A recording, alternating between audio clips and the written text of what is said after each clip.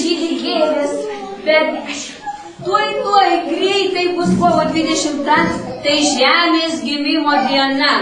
Bet žemelė turi į vaikučius didelį prašymą. Paklausykite, kogi žemelė prašo. Paklausykite, jūs nemokat skaityti, aš perskaitysiu. Klausykite, ką čia rašo žemėmis. Aš žemė, džiaugiuosi jūs matydama, myliu jūs ir jūsų darbščias rankeles.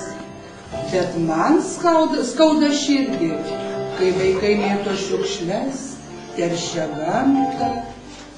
Pavasariu atėjus degina žolę, o mes maži. Ir negalima. Prašau, padėkite man. Neskriauskite. Kasgi čia salėj dabar susirangė. Ogi didžiulė kirmėlė. Ogi tai, kad mes norim įrodyti, kad mes tikrai tvarkingi, nešiukšlinam, kur nereikia, nemėtam įsivaizduoti, kiek čia mėtytųsi laukia popieriukų. Kai būtų žemė netvarkinga, nešvari, tai mes tos popieriukus visi draugiškai rinkom, dėjom ir vėrėm. Mamytės vėrė, tėveliai vėrė.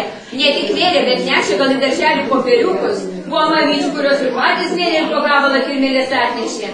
O kiek prisidėjo auklėtojos, saugos padėjėjos, noriu paminėti Birutę, kuri tikrai yra Černiauskienė mūsų gal šios kirmėlės didžiausia, suvėrusi didžiausia kirmėlė 27 metus. Ir kiek svečių ir?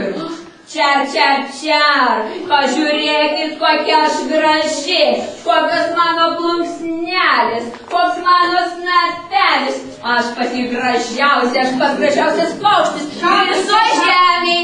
Čar. Mes visi gražus ir žemė labai graži. Vyno baužėlę padarė.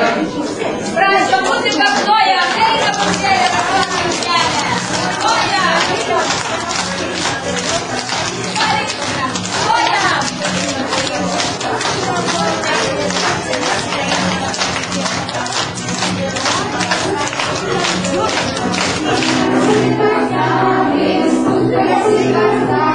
Escuta,